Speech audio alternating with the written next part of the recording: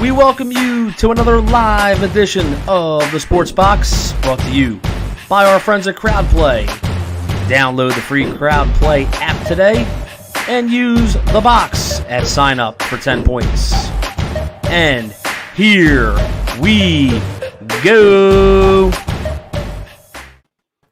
Well, good evening, ladies and gentlemen, and welcome to another action-packed show. As usual, I am Hampton Mike Galletta, along with my partner in crime, Brian the Ranger.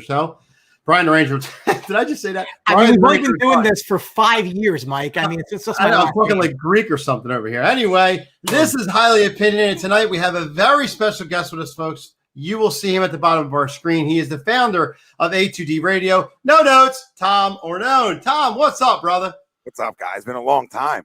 Too long to get back on with you guys.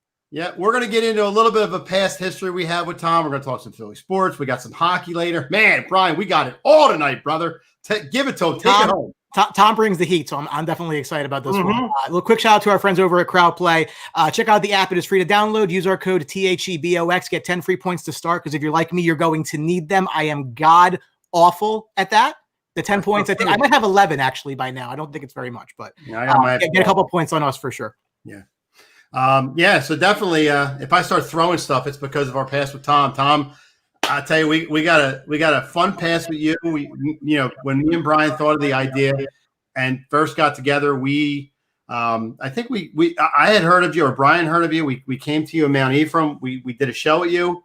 We loved it, and away we went. So, Brian, Tom, you want to jump into a little bit of background of it? We were just kind of reminiscing before the show about kind of like where we've been in the past couple of yeyears, from a follower account. Tom, just give kind of your background on, how you got into this, how A2D came to be, and just kind of the story as to how you're here.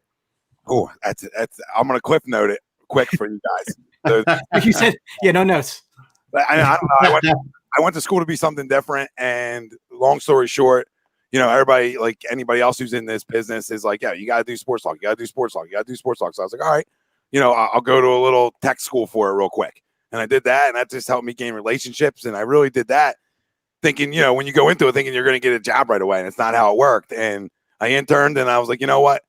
I'm not going to wait for somebody to give me an opportunity. I see how ridiculous that kind of market is, and what they do, big business. So I'll create my own, and just really for a place to voice our frustrations and talk sports and have fun with it. And then it just continued from there, of a thing I started to get a resume going to something that was like, you know what? No, this is what I want to do. I want this to be a business, and I want to grow this to give people a place to yell, scream, and get everything off their chest, or be happy together and kumbaya. So it really got to where we are now, and it's exciting. It's been a weird, fast, but long journey at the same time. Yeah, I think definitely your football team getting themselves the first ring in franchise history was very, very helpful too. I remember when Mike and I came on, it was the fall of 17. It was just around the time when the Phillies were moving on from Pete McCann, and we had a discussion as to who their next manager was going to be. Like, oh, it's going to be Ausmus, or it ended up being Gabe Kapler. Who knew? That didn't work out too well, but just amazing growth by you and your team. And every time I see the numbers grow, it makes me smile from ear to ear. I think you're up over 54,000 followers now, which is just absolutely tremendous. And hopefully you gain a few more after tonight. It's just, I can't say enough good things about what you guys are doing over there. So, I mean, everybody who's watching tonight should check you guys out, because I think it's fantastic. No, and right back at you guys. You know what I mean? I mean, guys have been grinding at it, and I think that's all we look for guys like us that grinding it. We're just looking for guys that just don't come on the scene and think they can do it, because it's harder than people think it is. It's harder to have content go out every day. It's harder to have shows every day. It's not easy to put that together and then work another job too for any of us. Sure. So, you know, I give you guys a ton of credit for what you guys have built and are building over there, and we're all in it together. Yeah. So, Tom, we started obviously in the basement of my house, me and Brian putting sets. I don't really miss that like now, because it's not really heated down there, and I'm like all nice and comfortable. Hey, I'm a basement guy since the first started too, so right with you guys. So I mean, we started by putting sets together, putting jerseys up, talking to friends, getting the whole act together with you. Same thing. You know, guys in your garage, we see the setup with the couch and all that stuff. And then COVID hit. So then we had to find a new way to do this and get guys, you know, on the scene and stuff like that. Has it been tough for you with COVID with the guys, or has it been more of a smooth transition with the guys just doing it from their house? Probably the best question asked to me ever throughout this. And honestly, there was about 2 days of how am I going to pull? How's this going to go on? And then we used to use StreamYard back in the day. We've used StreamYard before. So, you know, it was a conversation with one of my guys, and he's like, oh, we can use StreamYard. And I went on and checked it out and was like, let's go. And at first I thought, wow, this is going to be tough. But as it's gone, it's been better. And I think it's been better for the guys. Like, you know, the studio can become a man cave. I don't care. Now it's like a detached garage. It's all redone. So it's not in a basement where it started or a garage where it went to. It's in a garage, but it's a gigantic garage, and it's not. It's not a garage anymore, I guess. But it's a man cave. Unlike mine. What are you going to do with that space? And I'm like, I'm going to use it. I got a kid on the way. It's like it's going to be a great space for me. I can already see that happening. So, you know, I thought it was going to be tough, and credit to everybody that's a part of A2D that you know, was willing to adapt. I mean, that's all I said. It's about adapting, and then through the virus, it was about like, hey, do you want to be people who come back after the virus? Because who's going to respect you then? Like we're sports guys, all of us, right? I mean, you guys too, right? We got through it because we got creative, and I think we grew. You know, the two of us have grown because of that, because we didn't just disappear on people for the entire time. I mean, I thought that meant a lot to people, and it got us through it. I mean, you know, A2D got through all the lockdowns, etc. Just looking forward to doing shows because it was like an escape. So. Yeah, I mean, it just proves how much you want to have fun doing this. You know, I mean, for a while there, we weren't really sure what were you going to do. I mean, like there wasn't anything to talk about. I mean, it just felt like everything just shut down in like a day and a half. And like, what do we do now? It's like, Right, Mike, the night of the NBA. I mean, I'll never forget that night. I'll tell that story when I'm a grandfather. I'm going to be telling the story. Hey, I was on air the night the NBA just said, hey, whoa. And I was like, I always follow the money. So when the NBA went running, I said, oh my God, I got to build a bunker. You know what I mean? I got to build a bunker. NBA shutting down. Yeah. No, that's you know, it's funny. It's funny. We look back at us, some of these guys that Brian brought on and that I got friendly with, you know, talk about dedication. I mean, we had guys driving from Sicklerville, which is like a half hour away. We had one guy that works in the casino area in Absecon and driving a half hour for us back and forth back to Gibbsboro, and then like an hour coming to our house and then going home with his daughter, who my kids were entertaining. It's been such a great road. I really, and these guys are so dedicated. They hop on anytime we need them now. And, you know, we're all in it together just like you guys are. And it's been great. I always tell Brian, we always got to move the needle forward. He's in agreement. He's been the social media guru for us. I mean, he's done a lot, as you see by the graphics, getting StreamYard, organizing some stuff together. We still collaborate on a lot of stuff, but I mean, I gotta hand it to Brian. We probably wouldn't be in the situation we are now without his social media expertise on this. So, absolutely, people didn't realize that at the beginning of it, how important that was to then be able to have the voice to talk too. You know, if you don't have a platform. There's no voice. There's no voice that's talking. You're right, Mike. Real quick. I mean, we had guys driving 45 minutes, hour. I mean, back and forth. And I'm like, why would you guys want to come back? Like, stay home. Stay home. I mean, we can get together and have big stuff when that time comes. You know what I mean? Right. And the coolest part is just, just getting to know people that we get all brought together by our love of this, A2D Radio, our friends over at JDF, our friends over at All Everything Entertainment. Like, it's just cool to meet like-minded people that want to do this. And I think that's, you get to just root for people to do well because that's good for everybody, and that's, like I said, we all do the same thing. So, yeah. Like, I'd be a liar. I mean, I started the whole thing to give people a voice. So why would I not want everybody else to have a voice and however they do it? You know what I mean? Yeah. You have some of the most passionate, energetic takes that I've come across in this, and a lot of the centers around the football team. The football team did not have a banner Sunday, to say the very least. 27-17 loss to the New York Giants. It's their first loss to the Giants, I think, in 8 games. Daniel Jones' first win against the NFC East opponent, other than the football team. They were 0-5 against the Eagles and the Cowboys. You were fired up on Sunday, I guess rightfully so. You were spreading a lot of blame around, and I don't really know how this gets fixed. Okay. I mean, truth be told, I don't root for your football team, but it is what it is. You have to be objective with this.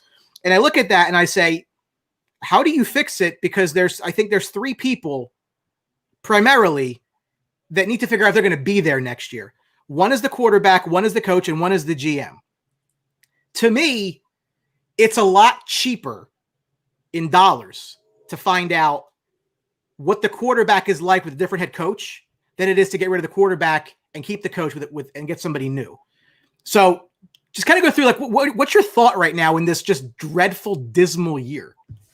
My thought last week was I never lose out. I never tank. I never think about the draft. If I have a chance to get in the dance, I always get in the dance. That mindset hasn't shifted, but it's more I'm not optimistic anymore. Like, there's no part of me that believes this team can do anything right this second. You have to really prove me wrong now.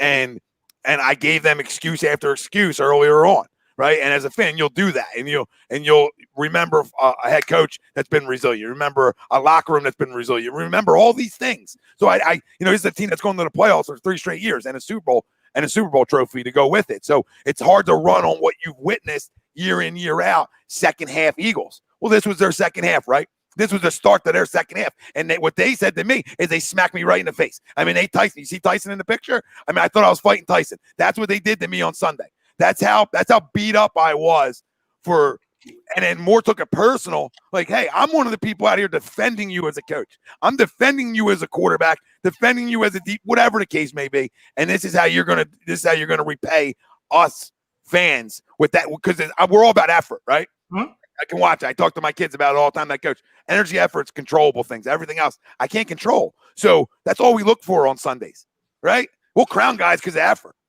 I didn't see any of it, and that's what really, when you see that, that's what really sets you over the edge. And then you get to do videos, and you guys know, and you get to be pissed off, etc., and you feel better. So like that night, I slept like a baby. But I have no expectations for this football team anymore.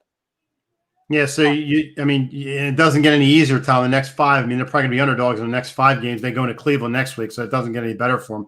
What stands out to me the most is that, I heard Doug Peterson's, it's not his pre press conference. I heard him go on WIP today and talk, and he was, I can't believe it. It's frustrating. Listen, I don't care if you're frustrated anymore because it's not getting done.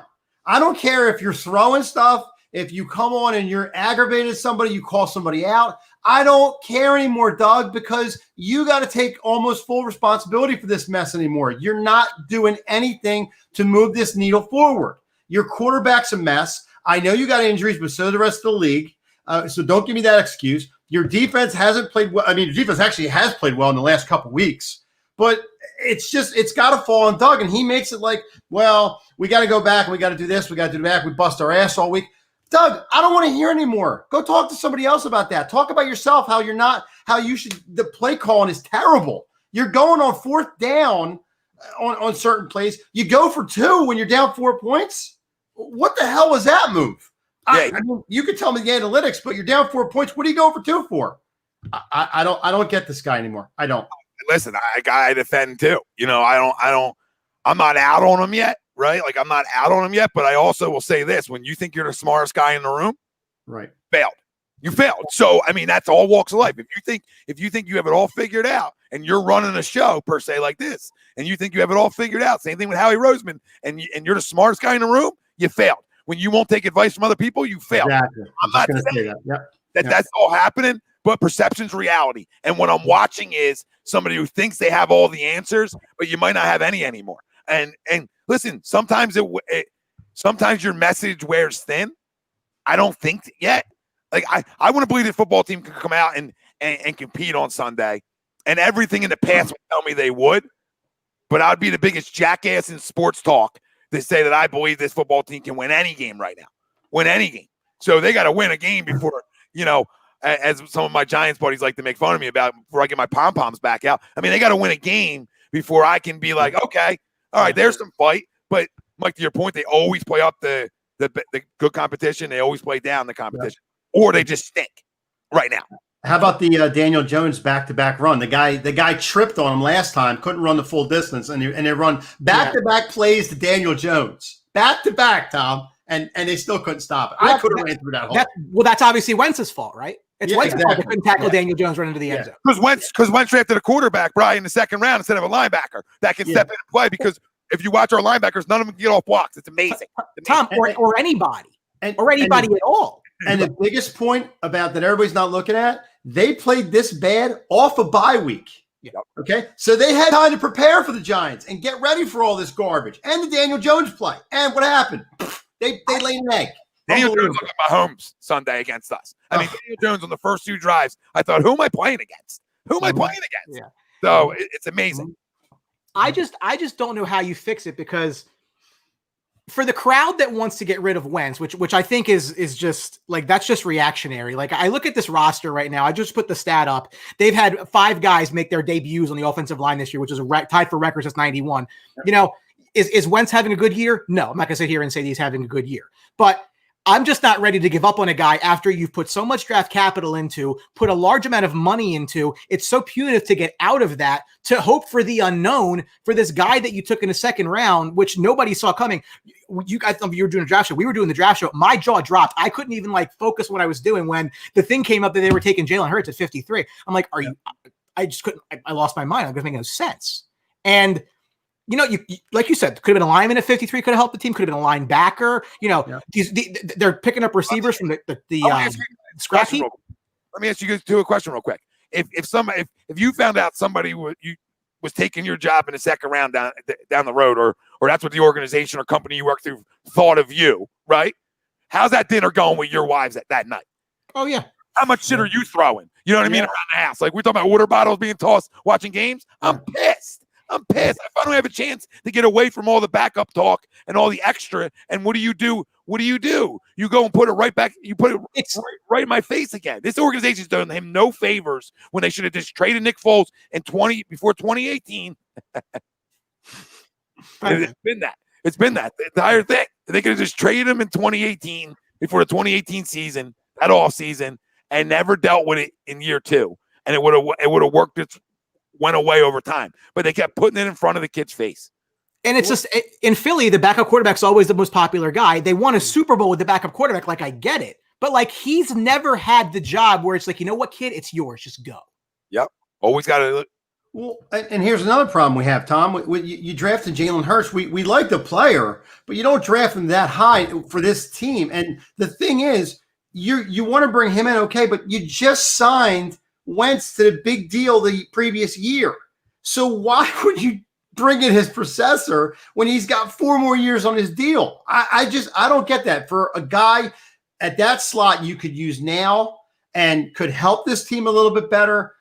I don't get that. We were dumbfounded when they made that pick. When we heard that. We were losing our minds when we heard that pick. Yeah, I still am. I mean, I just don't understand the selection. I look at a roster that's not good enough. I look at a football team that's not good enough. And I put that, it starts up top. Everything starts up top, works its way down. So that starts with Jeffrey Lurie. All right. Now you got to get your hands dirty again then. Okay. And then it starts with my general manager who has full control. All right. So you get somebody full control and you got reportedly, and when there's smoke, there's fire, that Jim Schwartz wanted either Patrick Queen or Kenneth Murray in the first round, and he said no to it. He said no to it and overrode it. For a gadget guy, it's disgraceful. And you should get fired on the spot when you're knowing your football guys. My football guys should never get known, ever. Like if they've been here this long, because we all should be in it together.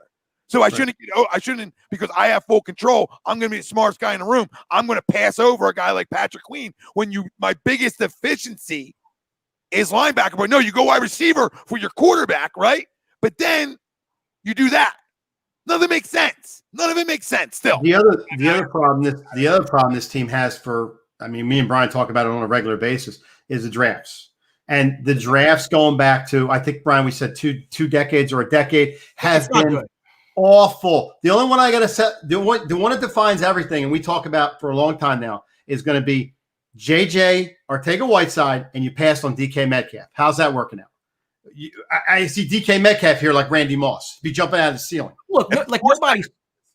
Go ahead, Brian. Sorry. Nobody's perfect with picks. I'm not going to sit here and say, "Oh, you have to hit it out of the park every time." But like they seem to just miss guys. Like they seem to always like be like one or two guys away from like the guy that would have just changed everything. Yep. Yeah, no stars. Who's a star on this roster? I mean, everybody, all your second round picks, Dallas Goedert, Miles Sanders, okay, good picks, right? But the rest of them are bad. I mean, you got another guy in the second round who would have been a top 12 pick, and you stick with him that long, and then he finally shows a pulse at the end of last year, and then you say, now I'm going to move on? Like, now I'm going to move on? It's just, every sentence doesn't make any sense anymore. I'm disgusted by watching I say with all due respect, I'm watching a nerd do football stuff. Okay, stick the dollars and cents then, and bring a football guy in that can at least help you with what because you fall in love. I mean, you fall in love. You thought Jalen Hurts was Russell Wilson? Did even that cross your mind? You should get punched in the head. Like he should get squared up in the middle. Jim Schwartz and Doug Peterson should go across tables when he mentions that comparison ever. So this whole thing fires me up because I hate Howie Roseman. I'm so out on Howie Roseman. I mean, you can hit on 1, 2, and 3 in rounds. I mean, eventually those guys will stick. But if you're going to be a team like the Patriots were for years, you're going to make your 4th, 5th, and 6th round picks stick, and that's what they've been doing. They've gotten starters out of them. I mean, Willie McGinnis was a 5th round pick. I mean, how good of a career did he have? I mean, that's what you got to do if you're going to have a successful team, and the Eagles just don't have that draft ability. It's unbelievable. There's guys out there to tell me that these drafts aren't bad, and that's where the Kool-Aid comes in. Wow, I don't know what they're watching. But Tom, we like to play a game on Highly Opinionated that we bring out once every couple of weeks when things start going wrong, and it's taking over the country little by little.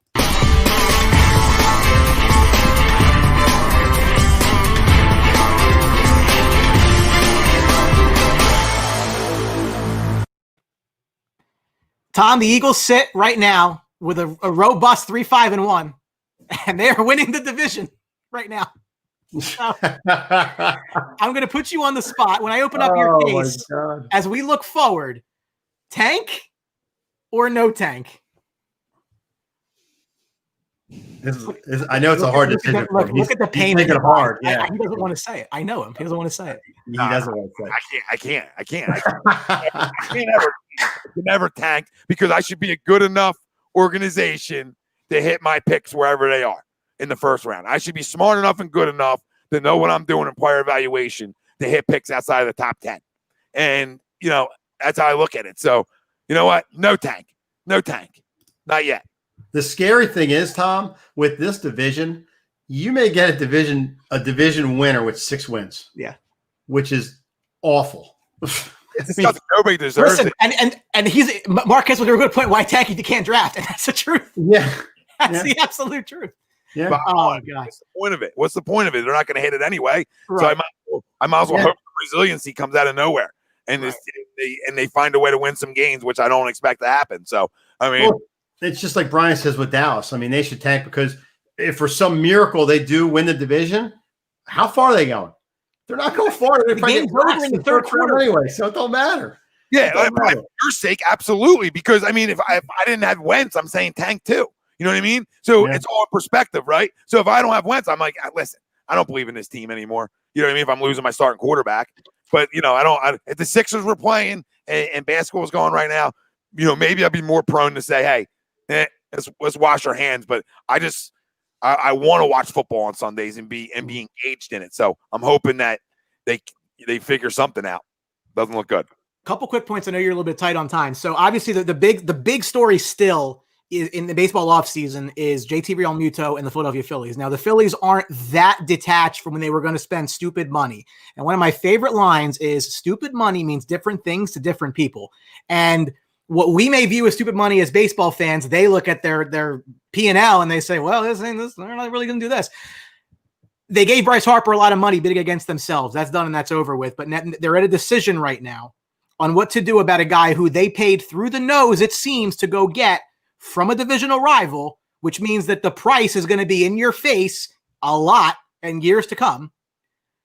What do you want them to do? Is Realmuto a guy who you'd give that kind of money to at his age, but at that position? Now, if you told me he had to catch the whole contract, I'm probably going to tell you no. The fact that I think a DH is coming in the NL, if it's not already here, and first base is an option for him, yes, I'll give him whatever he wants. I mean, I can't spend like I'm the Florida Marlins and Tampa Bay Rays, or not saying they do. I can't spend like mid-level team. I got to act and walk and talk like I'm a big market. And I'm so tired of them being halfway in. What you just did over the last 2 years, if you rented him, is you were just halfway into winning, just halfway to sell some tickets. I'm glad COVID came and smacked Middleton in the mouth. I'm glad it did. Because I'm glad your pockets hurt because you were just trying to sell Bryce Harper and great hair to us. I'm not an idiot. I'm a baseball junkie. So I know what you were trying to sell me. All right. Because if you really wanted to win, you would have got Machado. But that's a story for another day. Machado's not going to sell tickets like Harper will. So I understand it. Okay. But again, now you have another opportunity to show me you want to win. Show me what you want to win and spending that kind of money. You got to. I think it's a no-brainer. I think you got to sign this guy, but you could probably get him for a little less than he's asking. And like you said, Tom, if he wants big money, you got to have something in there. He moves to first base or something to that effect. But this guy's a top 3 catcher in the league. Top one, I think.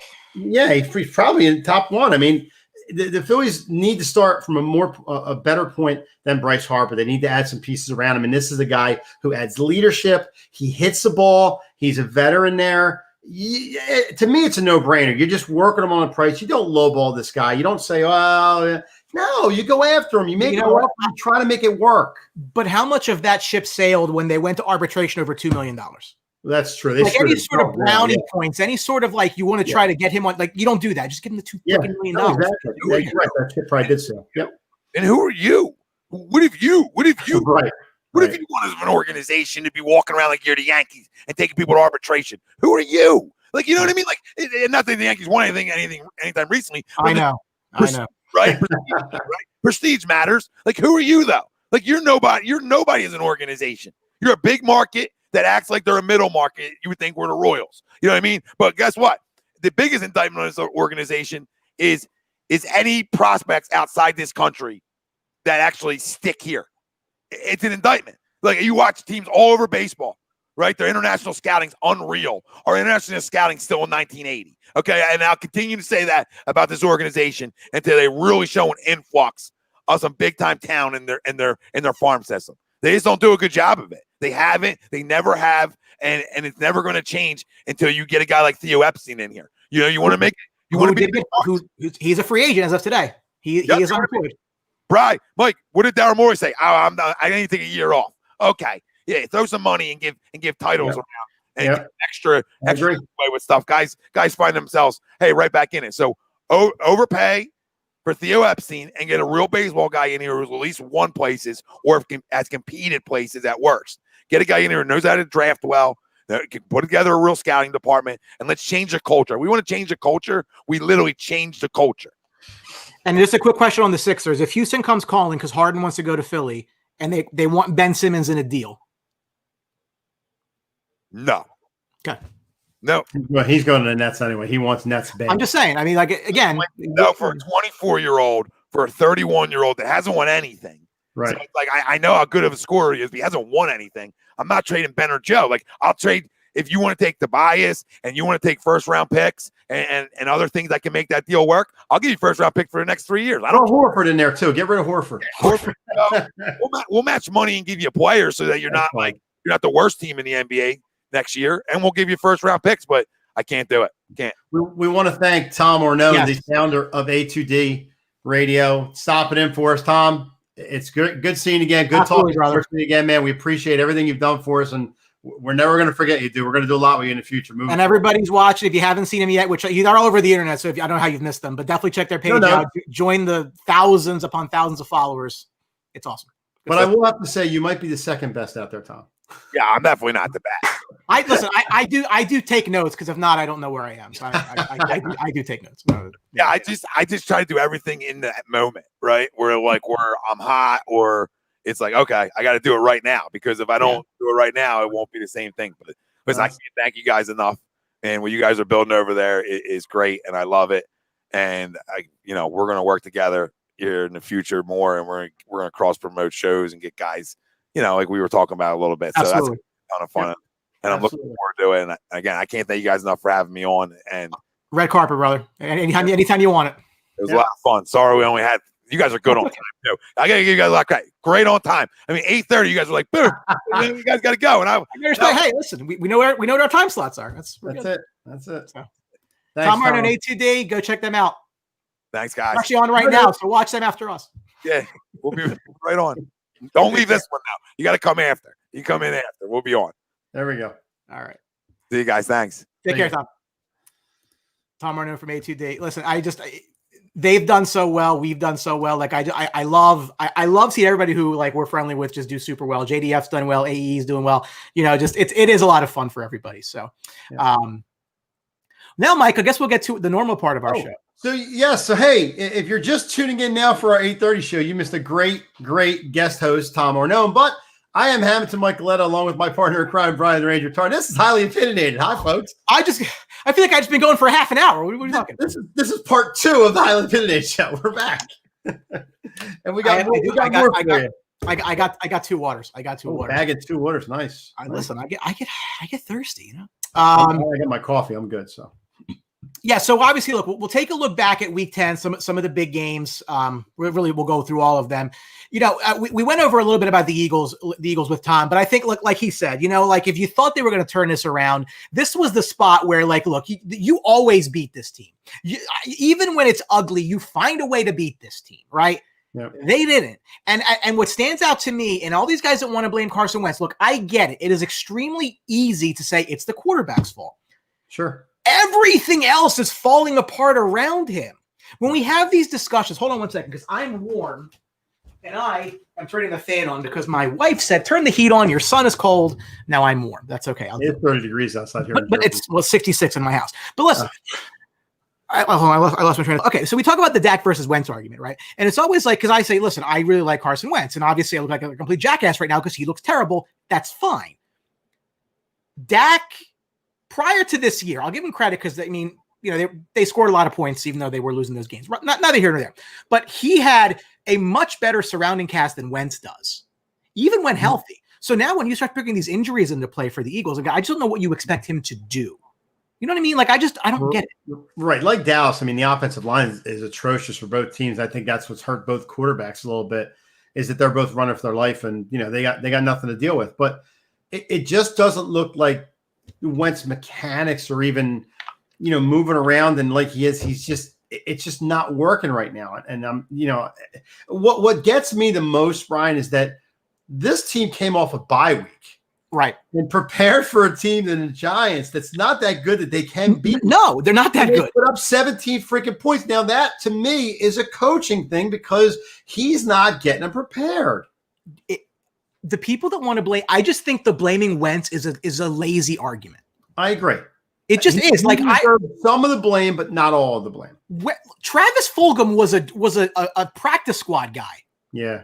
Wentz is making him look like he's Jerry Rice out there. You have to just be realistic with it. Not last week. And by the way, what did you just say? Why do you bring Alshon back for if you missed one series of the game? You didn't see the rest of them. He played one. He threw one once in the first series, and that was it for Alshon. Why did you try him out there then? Shackless. Unbelievable. This team, like you said, this team is falling apart in a hurry. And they still have a chance to win the division. They're still leading the division, by the way. Giants might win this division out of nowhere. Full credit to Ryan Havermail from Phil DeGeneres. He's like, watch the Giants win the division. Defense is playing better. I mean, they're playing better, and they're finding receivers. I mean, they got some good receivers. Danny Dimes, I told you.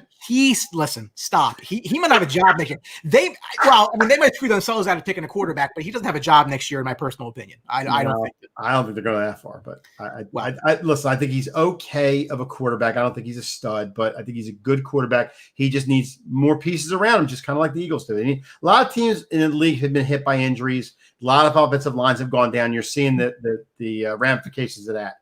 So, but here's the thing to me, right? I don't see. So, I know Tom was a little short on time. We'll get him on again because I love his takes. I love his energy. I always tell him he's like about a can of Red Bull. How do the coach and the GM survive if they move on from the quarterback that they paid a lot to go get and a lot to keep, right? Like, how does that work? How if you're Jeffrey Lurie, do you say, well, we're going to move on from the guy that you wanted us to bring in and pay, but then you're going to keep your jobs?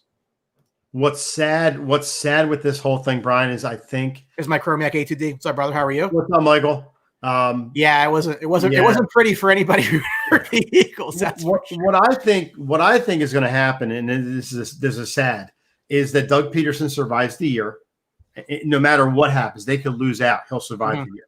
I think next year, start of the year, he's put on notice if they start losing again. But I still think this team is on the can't get rid of Doug. Doug won us a Super Bowl. Listen, how far long ago was that? That was almost like ages ago that they won the Super Bowl. Now, so how long can you keep a guy after something like that happens? I know it's the year of COVID, and I know there's a lot of injuries and things happen, but listen, this team's on a downward spiral right now. And their next 5 games, they're going to be underdogs in every single game, and they could technically go 2-5 in these next 7. So they're in a lot of trouble. To me, I mean, if I'm any of these teams, I don't want to win the division. Don't put me into a playoff game for no point. Somebody's got to win. Sell tickets. Yeah, somebody's got to win it, though. I mean, as bad as division it is, somebody's going to win and go to the playoffs. Well, speaking of somebody has to win it, this game was ugly in Cleveland. Bad. Was it 40-mile-an-hour winds? 40. Yeah, well, I had the over. The Browns 10, the Texans 7. The Browns moved to 6-3. The over in this game? I had the tease over. So I even gave you a weather report on the pregame show. I thought they'd score 30 points. 30. Browns 6-3. They got the Birds next week. Texans move to 2-7. They host New England. You know who loves the outcome of this game? The Miami Dolphins, because they have the Houston first-round pick, and he keeps going higher and higher, and they love it down in Miami. Give Cleveland credit, though. This was not an easy game. They found a way to win. Nick Chubb came back from injury for the first time in a couple of weeks, and him and Kareem Hunt became the first Browns teammates to each have 100-plus rushing yards since 1966. The ghost of Bill O'Brien still lives in Houston. I am still not a believer in the Browns, and I know that they're going to be in a dogfight to make this the third wild card spot, and especially in that division. But you had to win this game. You had to win this game if you intend to do anything at all in the postseason. So for me, nice work. For the guys who had Browns -4, maybe Nick Chubb in fantasy, not really feeling too happy about the way the game ended, but say let me. What with the Browns? What helped this game? You took the ball a lot out of Baker Mayfield's hands. You gave it to the running backs. They gave it all to Chubb and Hunt, and they just ran all over the place because he couldn't throw the ball. They weren't even kicking field goals right in this game. I mean, it was that windy. So, I don't think Baker Mayfield is that good. He's not consistent at all. He'll come out and stink the joint out, but then he'll come back and throw 3 touchdowns. Like you said, Brian, this Browns thing, they're probably the worst 6-3 team in the league right now. And they're probably going to get another win next week. They play the Eagles. There's a pretty bad 5-win team we'll get to at the end of the show. Yeah. But listen, I mean, this is a lost year for Houston. And the unfortunate part, like I said, is that you don't even get the fruits of it. Like we talk about tank or no tank. For Houston, what the hell is the difference? You don't even get your pick anyway. Yeah. So let me guess. David Johnson is hurt again. Yeah. And the receiver they just got rid of made an unbelievable catch this weekend, which we'll talk about, right? How they missing him at all, or what a joke. Bad. It's going to take some time just to recover from 3 years. Everything that Bill did wrong. And the criminal part about that is this is the best years of Deshaun Watson's career. Yeah. Wasted into a big contract and wasted the end of JJ Watt's career.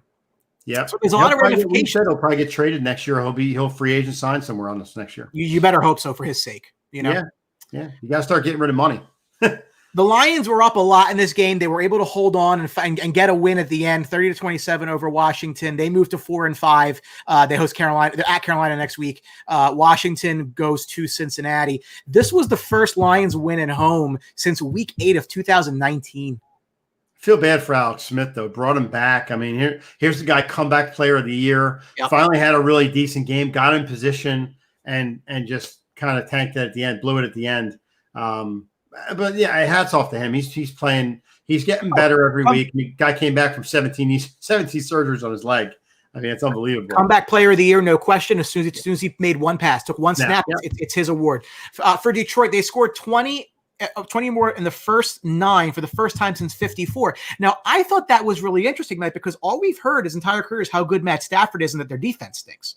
Yeah, they haven't scored. They didn't have a 9-game stretch of 20 or more points since 1954. Yeah, and you got a big dose of DeAndre Swift this week again for the 3rd straight game, more than 22 carries. I think you could probably, I don't want to say cement yet because who knows what the Lions are going to do, but I think you cement him in as a guy who is going to be your lead guy. I mean, from now on, this is what you drafted him for. They finally got a guy who's tough, who can make some moves. This is your guy moving forward. I mean, Kerryon Johnson, great. Adrian Peterson, thank you for your service, but we got our own running back in DeAndre Swift. As well, he should be. They put a high pick into him. Yes. You know, that's just the reality of it. And actually, Marvin Jones came off the milk carton this week. Maybe. Yeah, how about that? Yeah. This is still, look, I still think Patricia's got to go. Like, I don't think he can come in the next season with him. I just think he's a disaster. I think all these guys that want to bring the Patriot way elsewhere, look, you're not Bill Belichick. It's not going to work. You don't have that. Ever since we said Patricia's going to go, the next loss they've won 3 in a row. I think I said they're going to leave him in Jacksonville. Down there, they're going undefeated the rest of the year. Yeah, it's not good. No, listen. I mean, they're again screwing up their draft pick. That's fine. Redskins probably might be in a position to draft another quarterback. We'll see what they do. But they're 2-7 and only about they're 1 win out of first place. Stupid. The league is so bad this year. This game, Mike, was a lot closer than it should have been. This was a 14-point line. Yeah. But the Packers find a way to win 24-20 over the Colts. They moved over the Jags. They moved to 7-2. They go to the Colts this weekend. Jaguars 1-8 get the 9-0 Steelers. Bit of a mismatch. Yeah, a little bit. Devontae Adams is having an all-time year. He joins Harrison and Moss as the only players. 700+ receiving yards and 9+ receiving touchdowns in their first 7 games. He is on fire. And did he miss 2 games too?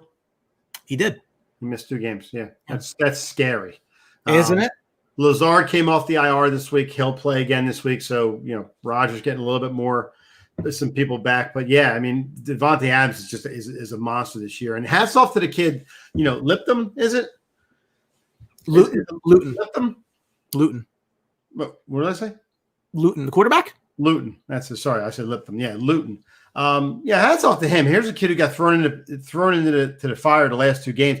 Played rather well the last 2 weeks, but just not enough to beat the Packers.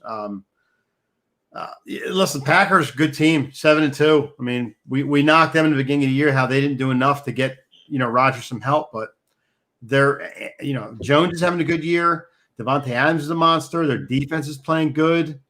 Listen, they're one of the top 3 teams in the NFC right now. I mean, you got to be worried about them if you're an NFC guy like me. What they say in the stock market is you can't fight the tape.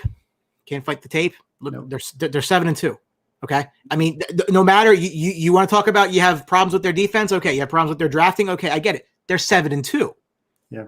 They found a way to win this game. Now, again, it would concern me and it should concern Packers fans that it took this effort to beat this lowly team. A win is a win. No style points. No, you play down your competition sometimes, so it happens. But this should have been easier. Oh, yeah, they should have tore them up. Yeah, especially at home. Mm-hmm. Yeah. So, just being real. I mean, if you expect to go win something, you should be handling these teams. There's a reason it was a 14-point line. Yeah. You might not cover 14. I get it, but you shouldn't be, barely covering 4. Yep. This should make you moist. Yeah. The Buccaneers double up. Bounce back. Who called that on this show? I thought the Panthers would stay in this, but Brady, obviously, he was very mad. He was very upset, rightfully so. They moved to 7-3. They got the Rams Sunday night. Can you hold that up? Can you have the Tom Brady picture handy? There it is. That's how many touchdowns he had this week. There it is. You like that? I do. That matches. Yeah. So it's beautiful. All right. Look, it's the effort you wanted to see.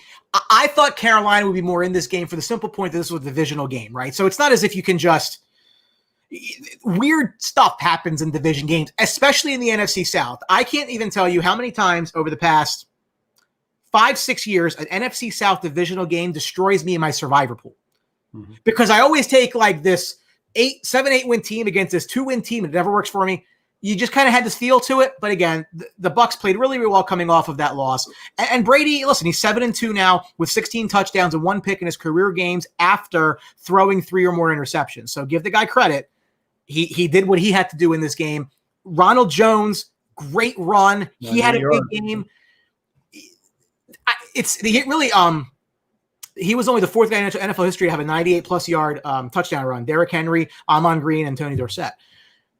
But I think the Bucs are better when they spread the ball around. I think that when they start relying too much on Evans and Godwin, or even Gronk in some cases, I think that's when the offense doesn't really move as much. When Brady can slice you up to all of these guys, and that's why Brown is interesting, you can't cover everybody. Now, no. Your response to the news that broke about Antonio Brown over this week, where apparently he was accused of doing all kinds of nonsense, breaking stuff and whatever. Homeowner Association didn't go after him because they thought that they'd get some repercussions from that. Is he a time bomb? I mean, it hasn't happened in the locker room yet. And I mean, if it happens off the field and it becomes an issue, I've always said it before, they can cut him and they'll be fine. It's just another weapon that Tom Brady has in his arsenal. But again, it hasn't happened in the locker room, and he hasn't cancered anybody. He hasn't turned anybody. It hasn't spilled over on the team yet. So I don't want to say I'm not concerned about it, but, it's not hurting the team yet. And if something does happen in the locker room, yeah, then I'll definitely be concerned about it. But if an incident happens again, you got to be concerned about it. They have 5 games this year, though, with a 100-yard rusher, one guy. They had 5 such games in the past 4 years combined.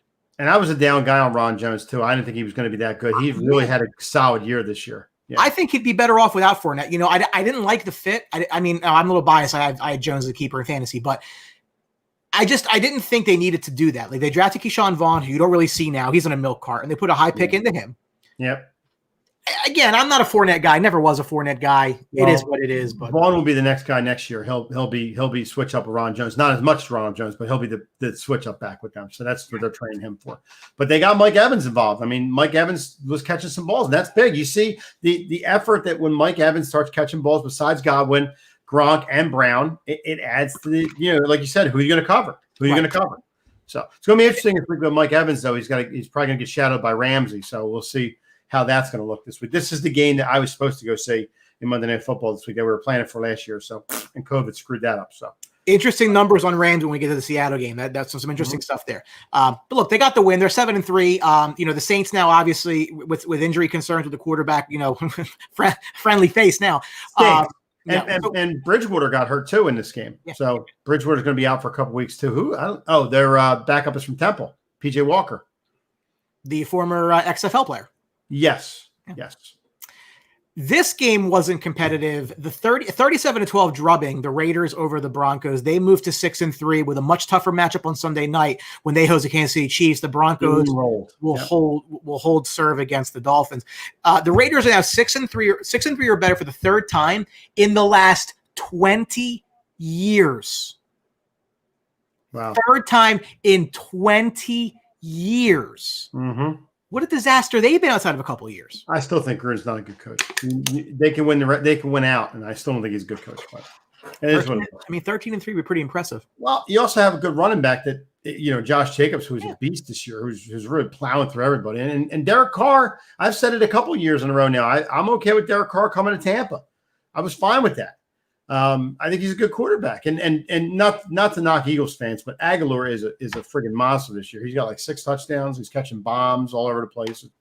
And Waller's been good too for that. It's funny. I had this up earlier, but it's true. I can't believe this guy's catching touchdowns, right? It is true. I mean, you hear the name Aguilar and you're thinking, oh man, he stinks. But no, he's playing good. I mean, maybe a little home cook, and he's going back to the area of USC where he played college ball, and it's working for him, different environment. But he's doing some good things for the Raiders right now, and got some good chemistry going. Maybe Broncos stink.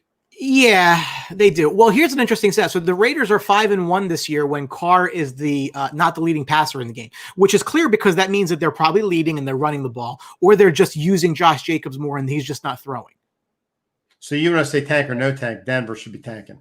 Well, I don't think Denver has a choice now. Denver could say they don't want to tank. I don't think that's in the cards. Well, see, they signed Drew Lock to a big deal. So now you go out and get an offensive line and protect your investment. That's what you got to do. You draft the best offensive lineman on the board to protect him. Quigley, Sportsbox host Nelson, an embarrassing drop this week. Not much has changed. Well, yeah. I mean, but listen, they're better than I thought they would be. And now, listen, they went and they beat the Chiefs in Kansas City. We'll see what this one holds on prime time, but they're a team to keep an eye on. And I didn't think they would be. And that's right. Kind of surprising to me. Yeah. Chargers lose a game of one possession. This should surprise no one. They are now 3-16 over the past couple years. Games decided by 8 or fewer points. That's the worst in the NFL. A 29-21 loss to the Miami Dolphins, who move to 6-3, who get Denver next week in Denver. The Chargers host the Jets. If you don't win that one, there's some problems. Tua's now 3-0. There was some thought, some concern when they were moving from Fitzpatrick to Tua. What would he's played very well. I mean, he's played well when they've needed him to play well. The defense is actually really good, better than most people give it credit for. But in this battle of 5 versus 6 in the draft, 5 came on top. The future is bright, though, for the Chargers. I mean, you got Herbert in there. He looks good. He's kept them in games. I mean, he's driving near the end of the game and drives. And I mean, I just think this kid's going to be a good quarterback for years to come in the league, and I think he's only going to get better and better and better. And look, you got 3 quarterbacks that are rookies this year in the league that are playing really well thrown in there. You got Burrow, you got Herbert, and you got Tua that are playing really well in first years. So that's good for the league. You're getting guys that are really getting at it. I mean, he's got Keenan Allen. The running back situation has got to get worked out a little bit. I mean, you got Balaj there now, but I mean, it's got to get worked out. Jalen Balaj. Yeah, you got Eckler. I mean, how many running backs have they gone through this year? 4? Now, but Mike, I mean, that's why you don't pay running backs. Yeah. Look at what they're getting out of guys like Justin Jackson when he wasn't hurt. I mean, these guys are getting any money. Yeah, put that money into places that's harder to fill. Melvin Gordon should just stay there. Chargers have not won a game that they have trailed by 10 or more points at any time since Week 15 of 2018. How bad did Melvin Gordon cut his own throat when he held out that year? When Austin Eckler blew it up. Austin Eckler and Jackson blew it up. He did no favors for any of his guys his position, and he's just fallen off a cliff in Denver. Oh, yeah. Yeah, well, when you got Philip Lindsay there, we all thought that why is he going to Denver? Because they got Philip Lindsay. But, yeah. Well, that was a dumb signing. Straight signing on their part. Straight cash. Yeah. Great ending to this one. Unbelievable ending to this one. Cardinals pull out a 32-30 win over the Buffalo Bills. Unbelievable. By the skin of their teeth. And it's just, again, all those points scored in the last minute of this game, they had the lead. Stephon Diggs with a touchdown with just, I think, 30 seconds or so left. And then Kyler with just an unbelievable throw. 3 guys, Brian. 3 were on him. 3. And he still caught it. Catch of the year. And it just, he was traded for a running back and a 2nd-round pick. Who's hurt again. Bad. Kyler Murray, 1 pass and 1 rush touchdown in 5 straight games. The only quarterback in NFL history to ever do that. Not Vic, not Newton, not McNabb, not any of these not Lamar Jackson. None of these mobile quarterbacks, guys that, have the ability to run the way that they do. Has never been done before to have a rushing and passing touchdown in 5 straight. He is the first one. I do think next year, though, you're going to see Murray slow down a little bit with the run. because you're going to have film on him. I don't think so. I think that they have film on him now, and I don't think that it's going to. Listen, he's very good. I mean, I was very critical of the strategy of taking a guy 10th overall that you trade up for, and then a year later getting rid of him for barely anything to go take another quarterback. I didn't like that strategy, but at the same time, I get it. I was the guy that said keep Rosen, and get that pick and trade down and get multiple picks, and because you couldn't give up on Rosen that early. I mean, it's kind of worked out with Murray. Obviously Rosen probably won't be in the league next year, but I was having this discussion today actually. The thing about that is, if Josh Rosen had any sort of suitable coaching, just coaching. I mean, that team stunk. Okay. Yep. If he had decent leadership there, they win a couple games. They're not in position to go take Kyler Murray. He doesn't have a line there either. He was running for his life, and he's not a mobile quarterback. Right. I mean, he's not that mobile. But I mean, it wasn't good. And really, it's a shame because his career is forever ruined. I mean, he's never going to get a legit shot again. He's only 3 years. He'll probably be done after this year because he went to a Miami team that was bad. He'll never play there. The Bucs practice going there now, so bad. But listen, I think one thing to keep in mind here with Buffalo, right? And we've said they don't really necessarily beat good teams, not that often. Had a chance here, should have won this game and didn't. But we've known them as a defensive team, and they're really not that. They've now allowed 27 points or more for the 6th time this year. They've done six times they've allowed 27 or more the past 2 years combined. So now they're relying more on that offense. I don't necessarily know that the Bills are best served getting into shootouts.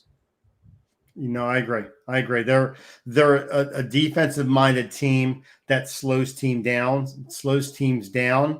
The last 2 games they've gotten into wars with people. They can't, like you said, they don't have I don't think they have the firepower consistently to do that. Their running back situation, I think, is a mess. They want to turn to Zach Moss in the worst way. But they want to keep giving Singletary a chance. It's not working. It's really that ship has sailed. I think Zach Moss is your guy moving forward, but it's just hard for them to give up on Singletary. But you do have Stephon Diggs, who thought he had the winning touchdown. I mean, his face was when he got up, that's why you pay me. And they paid a price to get him in a contract. Yeah. So I get it. Like I said, it should have been enough. I would expect a Sean McDermott team to have a better defense in this. I've known that of him. That's what he's done. And how are you not knocking that ball down? You got 3 guys over there. Nobody knocked that ball down. He went up and got through all 3 of them and caught that ball. That to me is inexcusable. I know he's a great receiver, and he wanted it more than those 3 guys, which it's getting lazy, is what it is. It's totally getting lazy. You're thinking, they ain't making this, they ain't catching this. Well, loss. Again, I said when the Bills held that lead against the Rams, they'd learn from it. They're going to learn from this. It still was just a great play on DeAndre Hopkins' part. I mean, what are you going to do? I don't think it will, but think about Buffalo could have been 8-2. I don't know if that game comes back and bites them in the AFC for a home field or something like that. Week 17, they got Miami. Yeah. When the Seahawks don't score, they don't win because their defense is ass. Well, Metcalf got taken out of this game. I mean, he really did nothing. I mean, he was shattered big time in this game. Do you remember in that draft who I thought the Cowboys should take it for? Was that Jalen Ramsey? Might have been. They went a running back instead. Working out great. We played the Bucs this week with Mike Evans, so that's working out great. Ramsey was on Metcalf for 71.4% of Metcalf's routes. What do you get? 2 targets, 0 catches on Ramsey. What a great! Did they call one back? Didn't they call a big one back? I think he had one. He called it back. Penalty's a penalty, not a catch, not on the record books. Rams 31-0 when leading at the half. Since 2017, the only team to not lose in that scenario. Defense is playing great, especially in the second half, probably why. Seattle just seems like they're in a tailspin here. The defense is playing terrible. Jamal Adams does not look very good at all. Not a guy you'd give 2 first-round picks for. And now they're tied, a 3-way tie with the Cards and the Rams. Mm-hmm. They got a short week against the Cardinals. Game. Tyler Lockett may or may not play. There's some injury concern now. Seattle's in a bit of a tailspin here. And Jody Andrews. We normally get really shitty Thursday night games. This is going to be a good one for a change. Mm-hmm. Yeah, definitely. I mean, and that if you have Murray in your fantasy leagues, you're salivating because that defense stinks. But if you have Metcalf like me, you're happy because he should be getting most of the targets because Lockett probably won't play. Seattle's a team, they miss Carson. They miss a running. Well, actually, no, they don't. I mean, Dallas hasn't been bad. Homer's been okay. They do miss Carlos Hyde and Carson again. But, Seattle's a team that needs all their firepower because they are the kind of team that has to get in shootout. They're like the old New Orleans teams of 4 or 5 years ago that has to run and gun and keep scoring points because their defense can't stop anybody. This is going to be a real interesting game this week. Like you said, Brian, short week. They go into a Cardinals team with a big, big win. I would think Seattle would come and play a little bit considering that they're home. You would think it'd be a stone cold over. The over might be 65 this week. Yeah, but you know what? Though? We thought this was a stone cold over, and it wasn't. Yeah. So I just be careful some of those numbers. But they've lost two straight now, 3 of 4. This game against Arizona, which I'm looking forward to watching, this actually might be this is a must win for Seattle. They can't lose this game. They can't lose 3 straight in the division. Mm-hmm. They can't lose, too, right? It's in Seattle. It is. Mm-hmm. It is. Mm-hmm. They lose can't at home. I mean, they can't lose both to Arizona. Nope. Seattle's got to win this game. Yeah, you'll take yourself totally out of the division. You lose both the home. You might as well kiss it goodbye. Just worry about the wild card. A total must win for Seattle. I don't know what the spread is right now, but this needs to be a game that Seattle wins. And if they don't look out below, this thing might really fall off the rails. And all that Russell Wilson MVP talk, you can just kibosh that because it's the last 2 games he really hasn't put himself in any position really. No. So. Saints beat the Niners 27-13. They move to 7-2. They have Atlanta this week in NFC South battle. The Niners go to 4-6 into their bye. For the Saints, their fewest offensive yards in a win since 1998, just 237 total yards. How much of that, Mike, had to do with Drew Brees, the injury he sustained, did not play in the second half, and your boy, Jameis Winston comes out, eat a W, and they didn't really look very good offensively in the second half. They're in trouble here. 4 downs, Brian, at the 2-yard line to get a touchdown with Kamara, Michael Thomas, Smith. You got guys all over Cook. You got guys all over the place. And what does Jameis Winston do? Kick. Stinks. Jameis Winston stinks. And you know what? I'm even going to make a prediction this week. I'm taking the Falcons on a money line this week because I think Jameis Winston is going to hurt them more than help them. Okay. He's not a guy. He's not even close to Drew Brees' caliber. He's not the same kind of thinking. He's going to get pressured. He's going to get moved around. Seattle's 3. Thanks, Jeff. That's interesting. That means they're even. That tells you something, Brian. There's your must-win right there. I'm definitely taking the Falcons this week, the money line, because I don't have any confidence in Jameis Winston leading this team down the field, especially against a team in the Falcons that can score. Defensively, they might not be good, but offensively, they could score. And for Jameis Winston to get in a shootout to try to win a game, it's not happening. Believe me, folks, I saw it firsthand. The interesting part about this game is for the Niners, regardless of the injuries, it all comes down to how many points they allow. If they allow fewer than 24, they win. They're 4-0. They allow 24 or more, they're 0-6 because they don't have the offense to do it. You want to talk about injury teams? My God. Quarterback's been hurt. Multiple running backs have been hurt. Offensive lines have been hurt. Defense has been hurt. Wide receivers have been out. I mean, I know the rest of the league has injuries, but my God, you got to be kidding me with this team. They're just decimated with injuries. I mean, this week they went in with Mullins. Mullins, a quarterback. Coleman was out. Mostert was out. Samuel was out. I mean, they had like you said, they had no offense. How are you going to move down the field? Kittle's the only one that's healthy. He'll probably get hurt soon. What are they going to do? I mean, look, they're the clear 4th team in this division now. They're not going to catch these. They're not going to jump 2 of these teams. No. So, I mean, it is. They got to go on a run and hope that teams in front of them collapse. I don't think it's not going to happen. I don't know what to listen. I don't know what to expect from the Saints. I don't know what to expect from Jameis Winston. Look, it's a different team, a different coaching environment. But Mike, listen, they've won with backup quarterbacks before. Guys without the pedigree of Jameis Winston, whether you think he's there or not, he still was the number 1 pick in the draft. Okay. Would you put him on the same schedule with Bridgewater? I mean, he should be better than Bridgewater. He was the first pick. He was the first overall pick for the Bucs. How did that work out? It didn't work out very well. I'm not disputing that, but I'm saying is the talent is there if he chooses to use this. Oh, sure it is, but he's not going to use that because he's immature still, and he's not a good quarterback. He's going to try to do too much like he always does. And if they get down, he's going to try to get him back in the game, and that's not going to work. I'll throw 3 more picks. I'm going to predict an over-under. Over-under is 1.5 for interceptions for him. Over 1, so at least 2. At least 2. I'm going to say over. Okay. Yeah.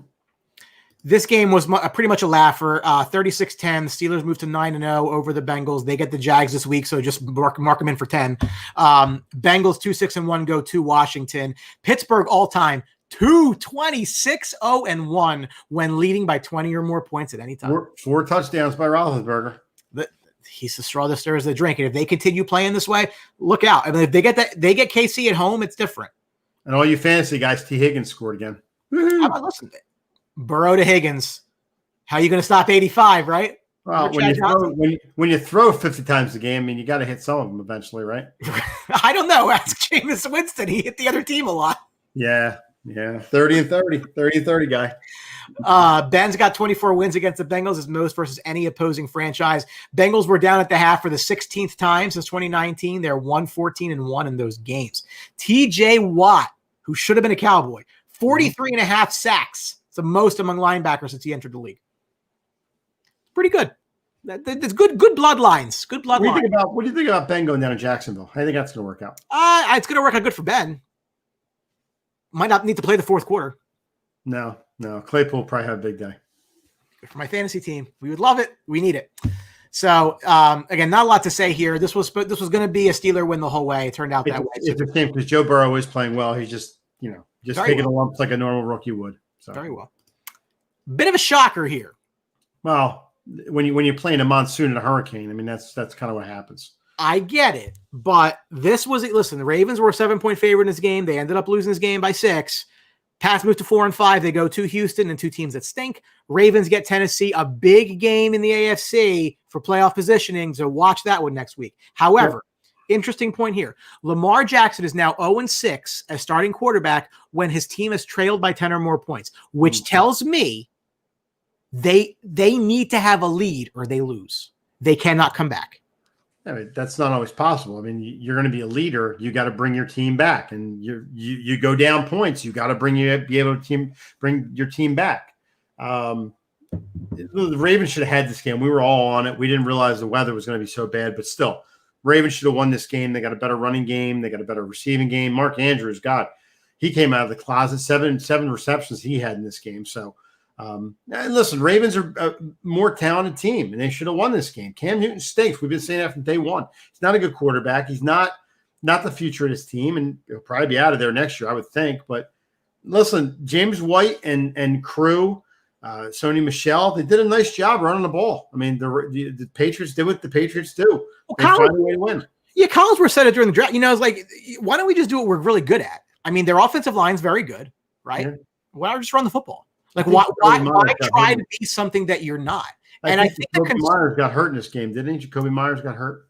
But the concern in this game, if you thought the Ravens might win, but you weren't sure, is I've said this forever. Bill Belichick is the biggest defensive weapon the Patriots have, and he's still there. So while they don't show it all the time, like they have the capability of locking down what it is that you do best, and what Baltimore does best is run the football. And they struggled mightily to do that in this game. Mm-hmm. All the guys that they did. Ravens have 100-plus rushing yards in 32 straight games. It's third longest streak in history. Lamar Jackson's been sacked 23 times this year, 23 times all of last year. And that's a big difference. If he's taking hits, he's a different player. Here, step back. Wow, they're not as good. They don't appear to be as good as they were last year. And this was supposed to be a year where, like, Colin Cowherd, they're going to go 16-0. There's my quarterback theory again. Well, quarterback theory this game.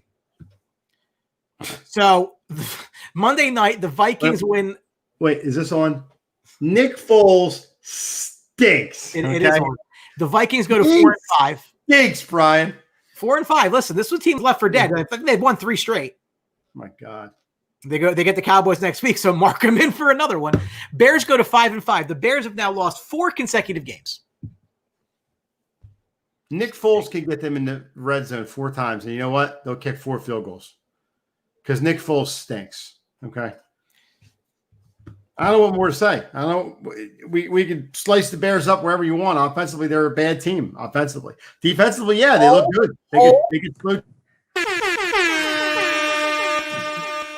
We have breaking news here on the Sports Box.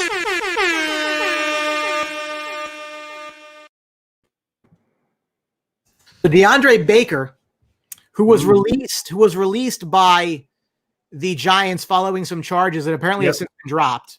He is going to sign with the Kansas City Chiefs, a former first-round pick. Keep bringing him in. Keep bringing guys in. Le'Veon Bell, DeAndre Baker. Man, who's going to be the Chiefs this year? Maybe Pittsburgh. Listen, Kirk Cousins, baby. First Monday night win. You pop that one. You just like you feel good. You like that. You like spreading the ball around. Spreading the ball around. That's what happens. So, but good for him. This game's terrible too. Look, we said the Bears are the worst 5-win team in the league. They've been the worst 5-win team for 5 weeks. And you know what? If Trubisky was healthy, do you go back to him? What choice do you have? Yeah. He's hurt, so they can't even go to him. What choice do you have? Do you want to throw Mike Glennon in there? He's stealing money. Mike Glennon's not even there. He's in Jacksonville. Go get Chase Daniel. He steals money too. Chase Daniel, that's right. Yeah, but no, isn't he in Detroit? I'll go. I don't matter. They just like guys who steal money. So you might have to look up Chicago's backup. I don't even know who Chicago's backup is. Mitch Trubisky. Well, I mean, besides him, I think if they had to pull Foles out of there, well, Foles got hurt now too. Foles had a back injury. Yeah. Oh, that's right. They had the guy in the game. What was it? Prey or Bray? Oh yeah. Yeah, he came in the last part of the game. Tyler Bray. Bray was like, "What am I doing in this game? I don't want to come in this game. Are you kidding me?" He had no prayer. Guy comes in. They still have a chance to get down the field and score a touchdown. Yeah, he's like, "Yeah, I have no chance doing that against the way we're playing. Yeah, no chance." Look, I said the Vikings need to be looking for a quarterback. I still think that they do, but they're winning games, so they're gonna work themselves out of that. Yep. But that's week 10 in the NFL. Obviously, we'll get wired up for week 11 this Sunday. But the one thing I want to do while we have some time is I would like to go through the 31 Addy Zero Adidas Reverse Retro jerseys that were just released. There were some very interesting designs. The one thing about hockey jerseys is they're just cool. I don't care if you watch hockey or not. They're just cool. It's like watching the third jerseys for football teams where they're all bright and very, very much, very much so, yes. The Bucks third jerseys are awful, by the way. They're all the red. Oh, terrible. So let's bring these on and take a look. We'll go through one by one.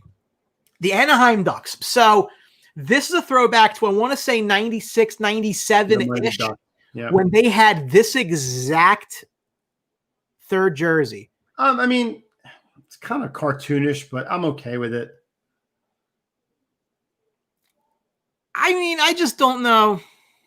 It's different. They're not gonna wear it all the time. So it's what's interesting is from a quality standpoint, that's just all silk screen. Like that's not sewn in. Oh no. Yeah, no, absolutely.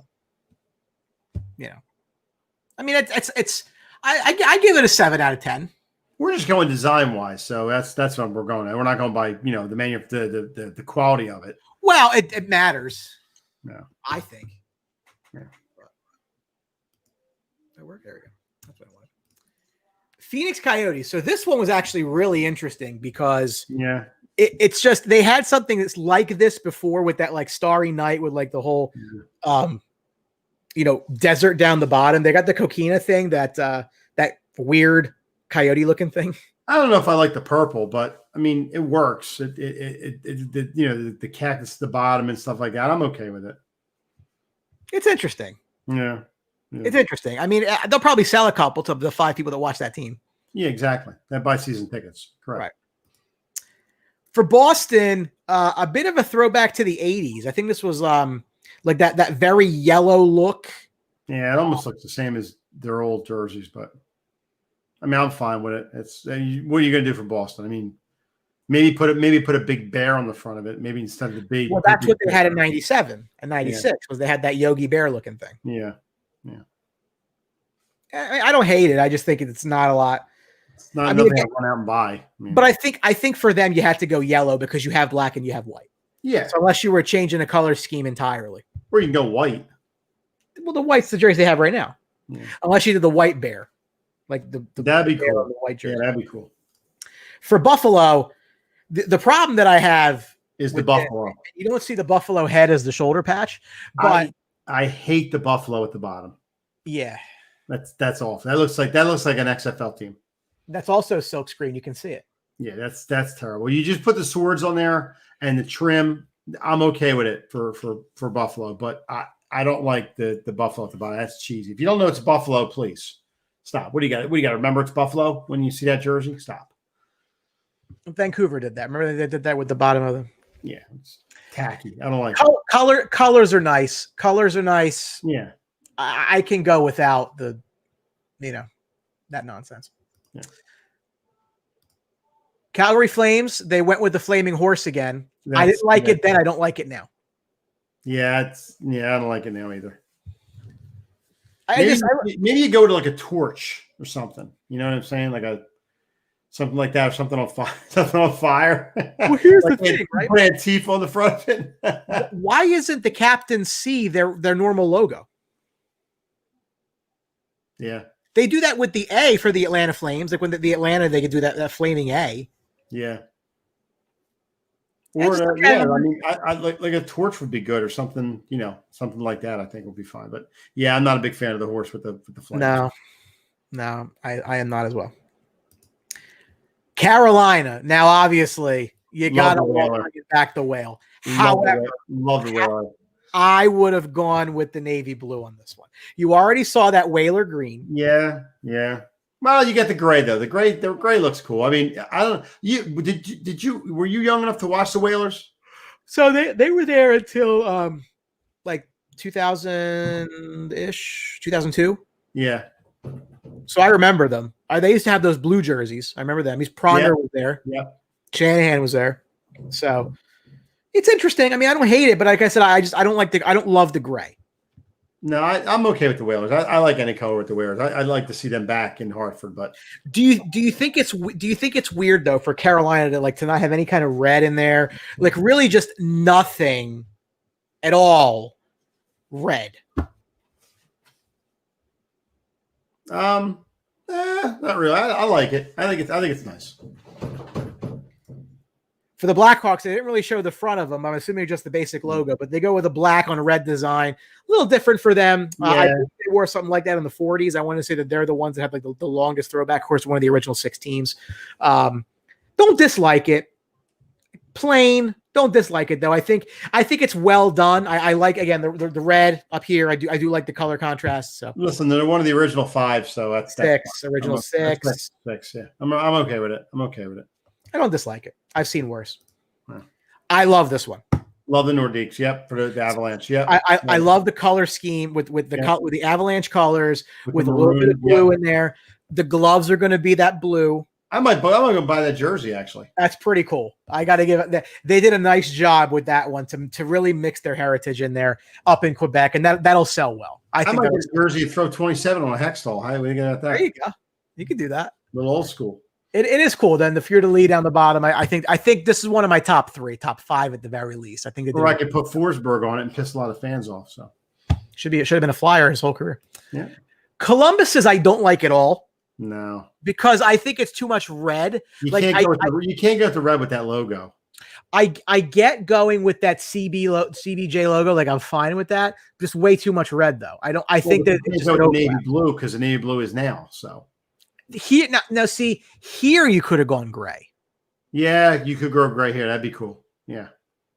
I don't like gray with blue sleeves or red sleeves coming down. I don't like the light color all the way through, like from the shoulders down, which we'll talk about in Toronto's when we get there.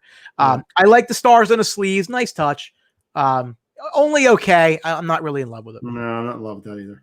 For Dallas, a throwback to 98, 96. I'm okay with that. When they won the Stanley Cup, that star look when they came from Minnesota. Yep. Little gray in it, darkens it. I like it with the star. Yeah, I'm okay with that. I don't dislike it. I thought it was a real nice. I thought it was a nice job, all comparatively speaking. You saw that like neon one, but that wasn't the one that they're. I don't like the Dallas on there, but I mean that works for what they're trying to do. So. Yeah. I don't know what Detroit was doing here. It's so plain. It's so boring. Yeah, I mean, they're used to seeing, I guess, the red in Detroit all the time, but you got nothing on the sleeves, you got nothing on the shoulders, nothing. The bottom trim, big deal. No, I don't like this jersey at all. I mean, in their defense, they really don't have a secondary color. It's just red and white. Yeah. So I don't know what you. Gray. I mean, the gray goes with everything. So I don't know. I'd rather see the black jersey. You really can't go with the gray solid with like red sleeves or anything. You probably could. You might be able to go gray. There's probably a certain amount of teams that are gray though. You can't have everybody go gray. Yeah, it's just I don't love this one. Right. This one's fine. It's old school, going back to the 80s. Yeah. It's fine. What I will say though is I remember the Oilers jerseys where the logo was all orange. Yeah. I would have liked that a little better here, but I like the tie-in's okay. How bad was that teardrop that they had on the side that was angled? Remember that one? Yeah. The one, I'm a jersey snob, right? So the one thing that I can see from these photographs is if you look at the lettering, like with a 2, right? It's painted on color. It's not layered. Yeah. Like it's just printed. I don't like that. So I would tell you right now, if you're going to get one of these jerseys, get them out of Canada with the lettering right, because you don't want this. Yeah. So I'm just telling you that you don't want that. No. Florida throwback. Don't dislike it. No. I don't dislike it. I might have gone all gold though. I think that would have been interesting. Yeah. Or go with like a paw print. Like a logo change? Yeah. Instead of the cat, do like a paw print. Do something different. It's the old logo. Which is fine. I mean, I don't hate it. I think you could have done a little bit different with it, but I don't hate it. Yeah.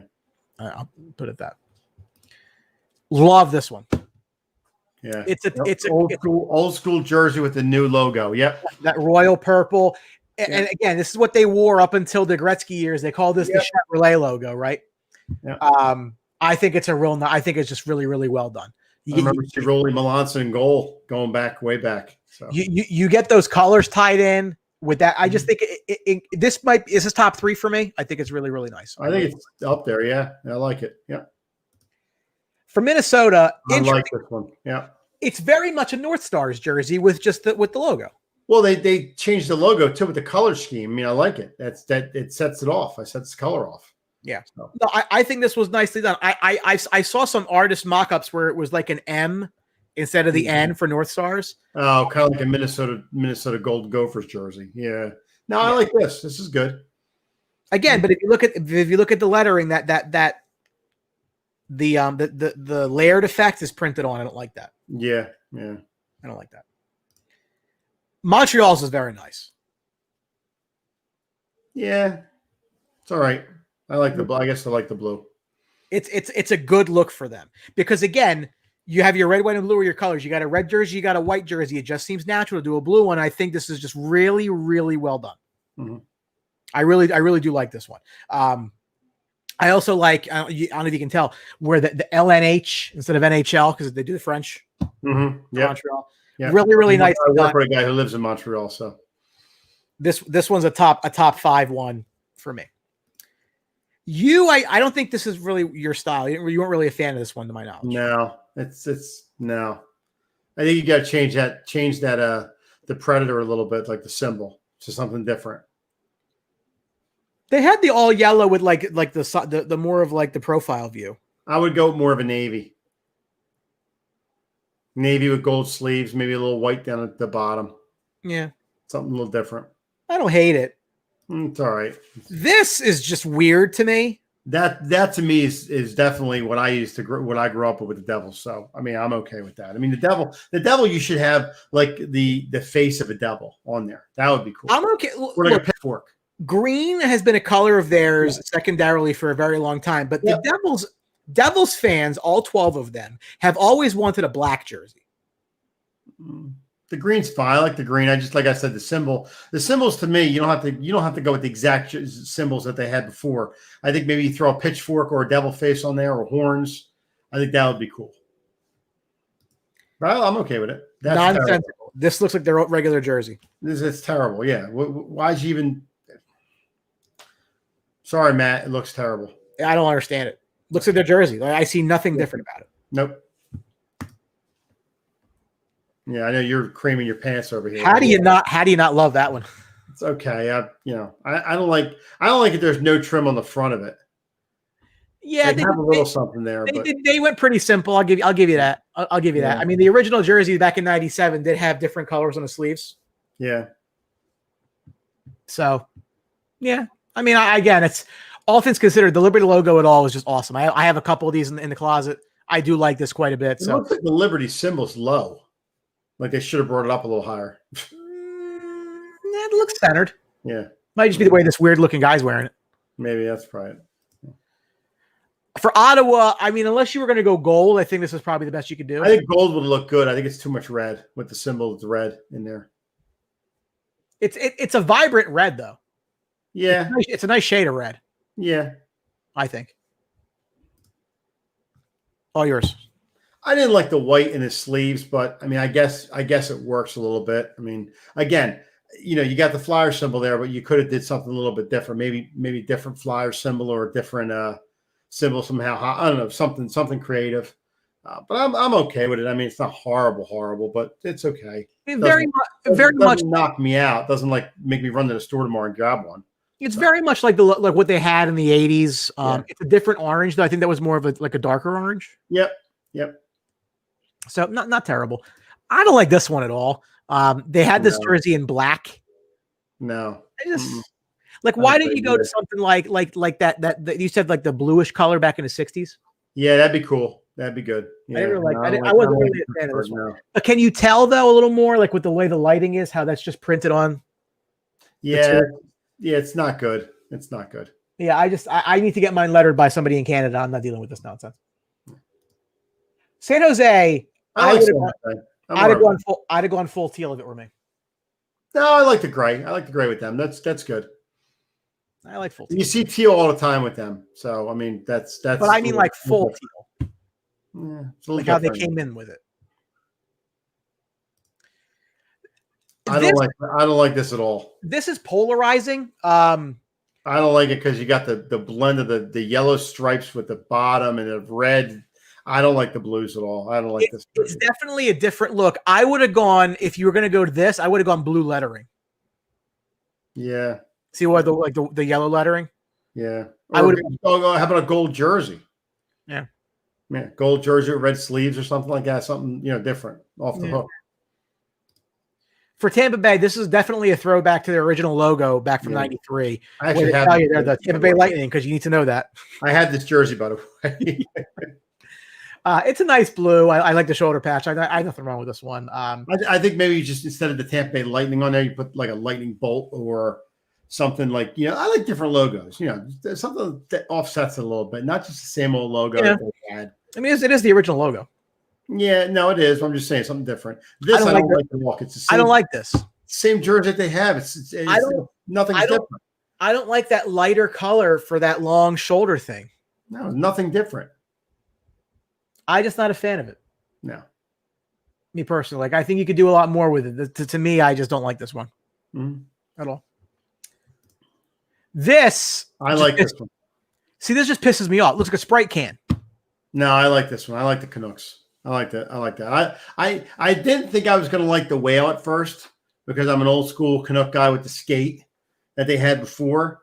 But it's grown on me a little bit. I like the whale. The whale's good coming out of the sea. I'm okay with that. And jersey, it's got some good colors in it, I think. Do you know? Hold on, I'm gonna test your knowledge here, Michael. Do you know what that logo is? Like what it's supposed to be? Well, it's a whale, isn't it? Coming out of the sea. No, but why is it a whale? It's a orca. Correct. Why? Because they're on the coast. Because they were owned by a group called Orca Bay when they got bought and changed to this. That I didn't know. I know that the skate that they had on there before was for a Canuck, which is a Eskimo skater. Yeah. So that's why they had the skate on there before, which was in the Kurt McLean days. But I think though the lighting on this one, you can see like with in the lettering, like it just that blue is printed on that white. It's not like stitched on top of it or anything. No. I don't like that. No. I don't like that. The thing about Vegas is how do you do a throwback jersey? You just came in the league a couple years ago. Well, they got to do something though. I mean, you got to sell jerseys somehow. Right. That's what they did. I mean, I don't dislike it. But see, the symbol is not their old symbol. So you should have just threw the shield in there from now and went with it from there because that's not their symbol. I think it's their secondary logo. Yeah, I mean they don't have a secondary logo. They just have the one logo. Yeah. Or make up one. Put an LV on it. Make up something on it, or like put a night face on it or something. Night shield. Or to make it your second jersey. So. For the Caps, they took that jersey they wore in '98, and they really did a nice job of updating it to their current color scheme. I don't like that the C is on the wrong side. It really bothers me. I hate the capitals at the bottom, too. I don't like that capital. What I'll tell you, though, is at least that looks like it's sewn on. I'll give them credit there. Yeah. But it's only okay for me. Yeah. And last but not least, I actually like this one quite a bit. So you get that old Winnipeg Jets logo from the 70s. Yep. It's a nice touch. Look, the logo's everything's sewn in. The numbers are not, which pisses me off. The Eldon Pokey Reddick Jets. Yep. Dale Howard-Chuck.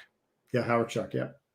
So yeah, I mean, I like that one. I also like that one as well. Right up to 9:30. Look at that. Right on time. Any thoughts, sir? Any last thoughts from you?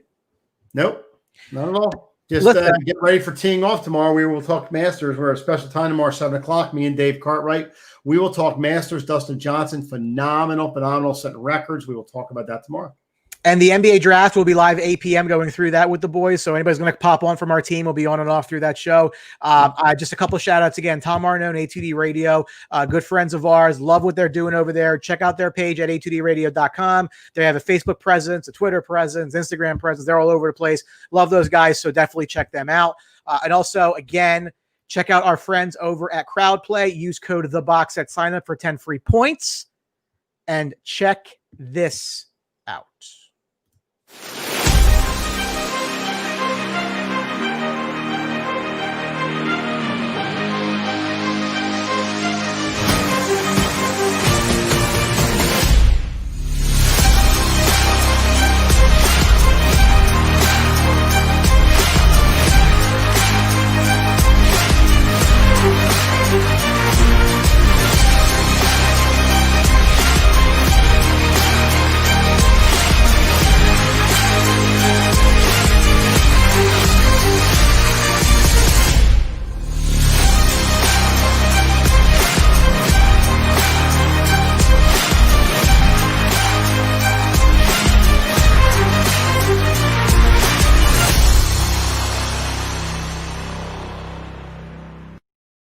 Play. Check them out. So tomorrow, golf at 7, NBA draft at 8. For myself, Hamilton, Mike Galletta, Brian the Ranger Attard, this is the Highly Opinionated Show. Thanks for watching. We will see you later on. Peace.